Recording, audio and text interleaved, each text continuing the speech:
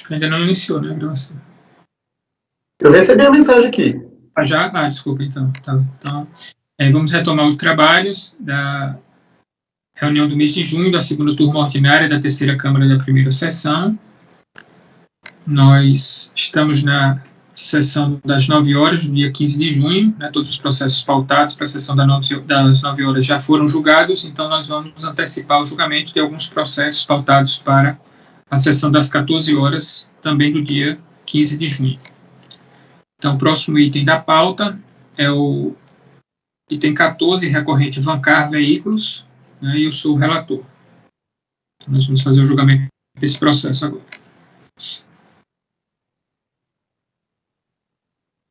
Trata-se de recurso voluntário, intercurso em relação à decisão da DRJ Florianópolis, julgou improcedente a impugnação apresentada pelo sujeito passivo acima identificado. Esse processo se originou de autos de infração de RPJ, contribuição social, PIS e COFINS em relação aos períodos dos anos calendários de 2004 a 2006. Conforme descrito no termo de verificação e encerramento de ação fiscal, o sujeito passivo constituído no ano 2001 optou pelo simples, tendo apresentado declaração de inatividade em relação ao ano calendário de 2004 e declarações simplificadas da pessoa jurídica referentes aos anos calendários de 2005 e 2006. Apesar de intimado com tal finalidade, não teria comprovado a origem dos recursos creditados em suas contas bancárias nos referidos períodos, que teria caracterizado a omissão de receitas à luz do disposto no artigo 42 da Lei 9.430. Decorrência teria sido excluído do Simples a partir de 1º de janeiro de 2005, por ter ficado configurada a prática reiterada de infração à legislação.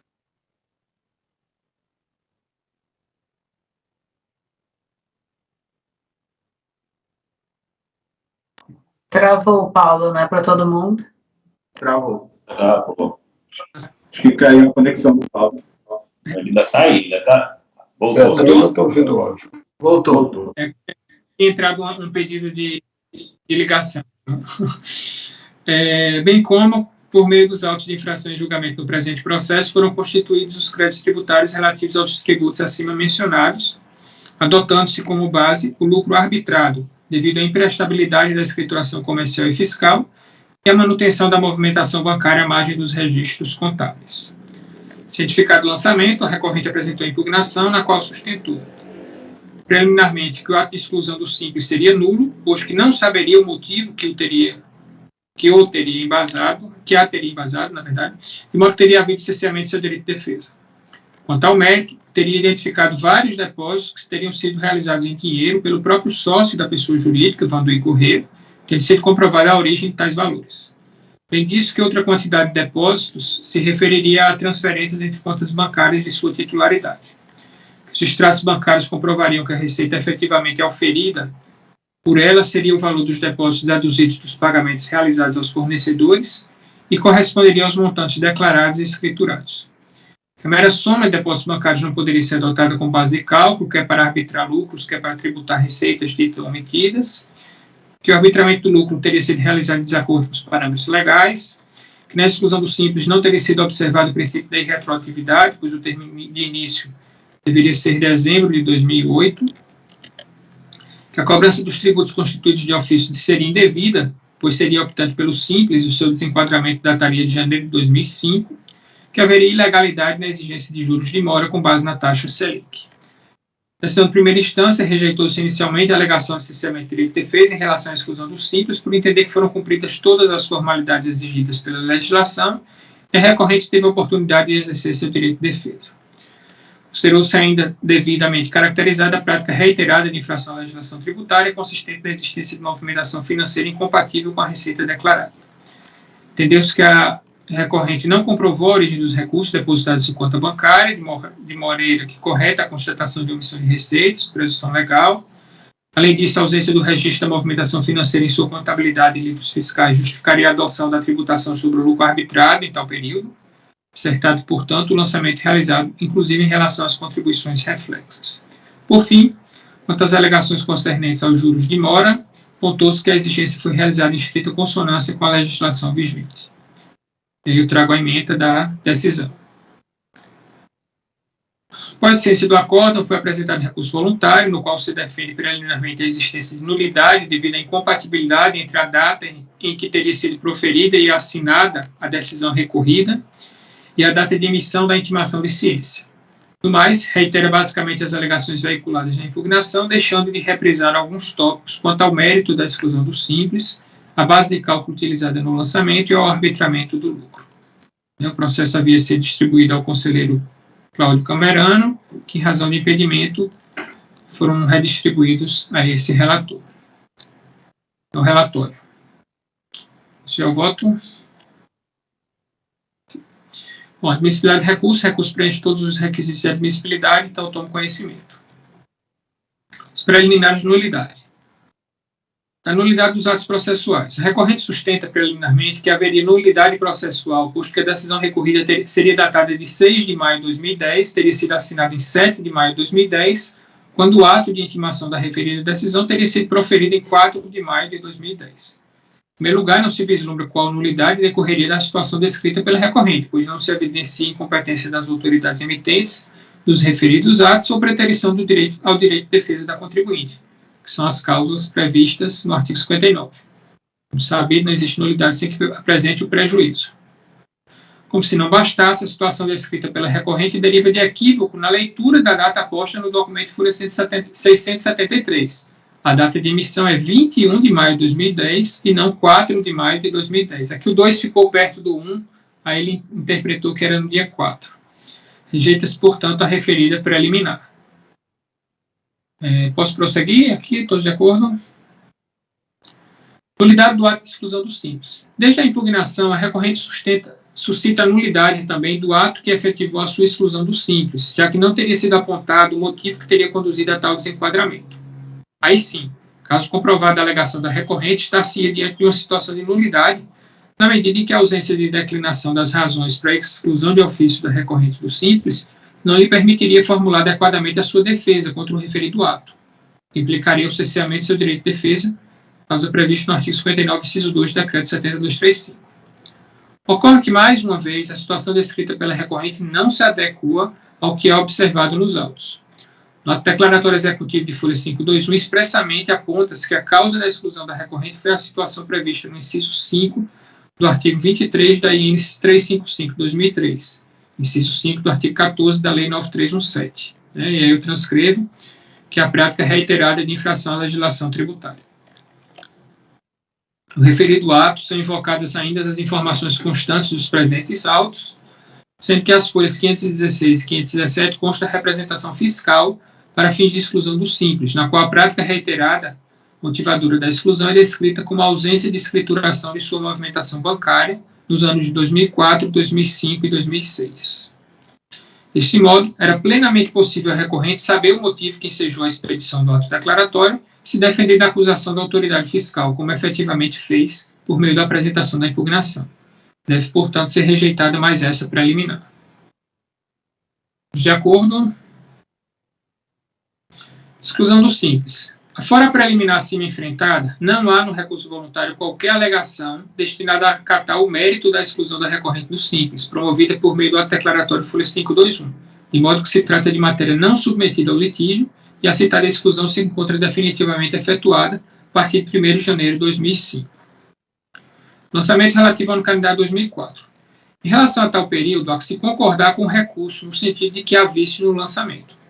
Os créditos tributários relativos ao RPJ, CSLL, COFINS e contribuição PIS/PASEP foram constituídos em relação ao referido período com base no lucro arbitrado. Ocorre que a recorrente era optante pelo simples desde maio de 2001, conforme consignado na representação de folha 516 ou no termo de verificação de folha 583. Deste modo, como a recorrente somente foi excluída do simples a partir de 1º de janeiro de 2005, deveria ter sido tributada com base em tal regime no ano calendário 2004. A autoridade fiscal havia proposto na representação fiscal para fins de exclusão do simples, de folhas 516 a 518, a exclusão da recorrente com efeitos retroativos a 1º de janeiro de 2004. Tal proposta, contudo, não foi implementada. Há, portanto, evidente equívoco por parte da autoridade fiscal em relação à realização do lançamento de ofício com base no lucro arbitrado em relação ao calendário 2004. Visto na Constituição do Crédito Tributário, se relaciona diretamente com a atividade de lançamento, conforme a discriminação prevista no artigo 142 do CTN, que eu transcrevo. Veja-se que, em decorrência do equívoco da autoridade administrativa, foram utilizadas bases de cálculo e períodos de apuração distintos daqueles que efetivamente seriam aplicáveis, caso o lançamento fosse realizado em consonância com o simples, em claro erro quanto aos critérios material e temporal atinentes à Constituição do Crédito Tributário. A posição foi corroborada pela Câmara Superior de Recurso Fiscal, no acórdão que eu transcrevo, assim emendado. No mesmo sentido, situação idêntica àquela tratada nos presentes autos, e eu trago uma decisão da primeira turma da terceira Câmara, dessa primeira sessão. Deve, portanto, haver o cancelamento da referida parcela da exigência fiscal. Tá? Então, estou, em relação a esse tópico, propondo o cancelamento do lançamento. Ricardo? Contigo, com o relator.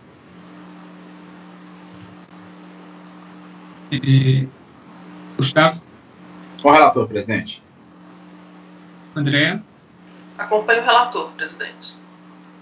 Flávio? Com o relator, presidente. Cleuson? Também, presidente, com o relator. Com o relator, presidente. Marcelo? O presidente, peço desculpa, passou um pouco batido aqui para mim. Quais são as razões mesmo para a exclusão do ano calendário 2004? Tem como você dar uma resumir? Não entendi direito. Eu não vou... Para o cancelamento do lançamento? É isso? Está fechado o seu áudio, Marcelo. Exatamente. Em relação ao ano de 2004, acho que eu me perdi aqui nas suas explicações e estou tentando reler aqui novamente, mas se você puder dar resumir, seria bom. O contribuinte foi excluído do Simples a partir de 1º de janeiro de 2005. E o lançamento foi feito em relação ao ano calendário de 2004 com base no lucro arbitrado. Né? Então, eu entendo que deveria ter sido feito com base no Simples. Ou certo, está certo. Ok. Excluído, né, a partir de 2004, como inclusive havia sido proposto, né, pelo auditor, mas quando o ato declaratório saiu, ele só excluiu o contribuinte a partir de 2005. Ok. Voto para o relator. Ok. Fabiana? Também acompanho o relator. Em relação a essa parte está sendo dada provimento ao recurso. Lançamento relativo aos anos calendários 2005 e 2006. Em relação aos períodos em epígrafe, não são renovados no recurso voluntário os argumentos contrários à constatação de omissão de receitas com base em depósitos bancários e a adoção do lucro arbitrado como regime de apuração para o IRPJ. Tais pontos, portanto, não são objeto de litígio. A única matéria devolvida à apreciação por parte dessa turma julgadora, portanto, se refere a supostos valores que deveriam ser excluídos da tributação por possuírem origem comprovada. Faça-se a análise de cada um desses grupos de valores frente às provas juntadas aos autos. Então, das supostas vendas de veículos.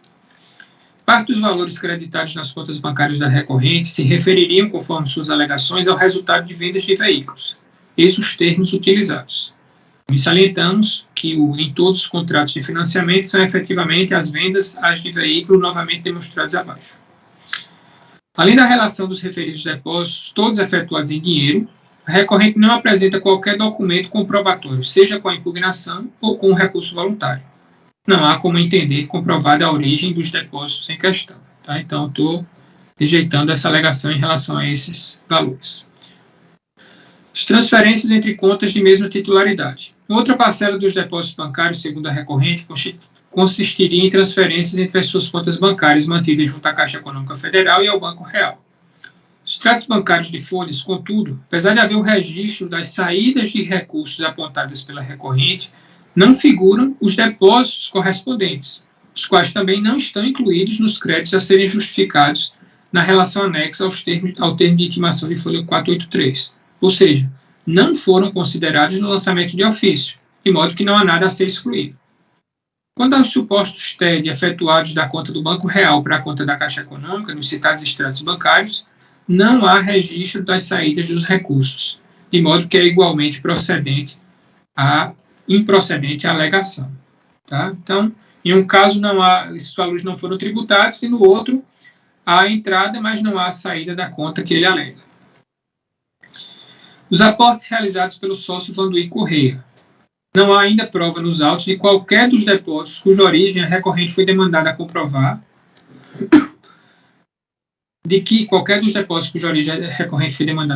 se refere a aportes efetuados pelo sócio Vanduí Correia com recursos provenientes da venda de bem imóvel, conforme alegado pela recorrente. E tudo exposto nos tópicos anteriores, conclui-se que permanece sem comprovação a origem de todos os depósitos que embasaram a constatação de omissão de receitas em relação aos anos calendários de 2005 e 2006, de modo que procedente a exigência fiscal em relação ao IRPJ e às contribuições reflexas. Tá? Então, eu estou negando provimento em relação a os lançamentos de 2005 e 2006. Alguma divergência ou se registrar por unanimidade? Tá. A questão é com falta de prova, Paulo. Prova aqui, né? Questão de prova. Ausência de prova. As alegações não são comprovadas, né?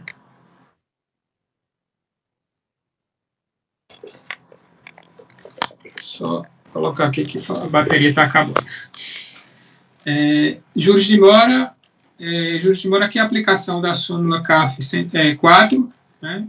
Só a questão do cálculo dos juros de mora com base na taxa Selic. Tá? Então, também estou rejeitando essa alegação. Tudo exposto pode por dar provimento parcial ao recurso voluntário para cancelar o lançamento de ofício em relação aos fatos geradores ocorridos no ano calendário 2004, mantendo o incólume em relação aos anos calendários 2005 e 2006. Tá? Então, decisão por unanimidade de votos. Só registrar aqui.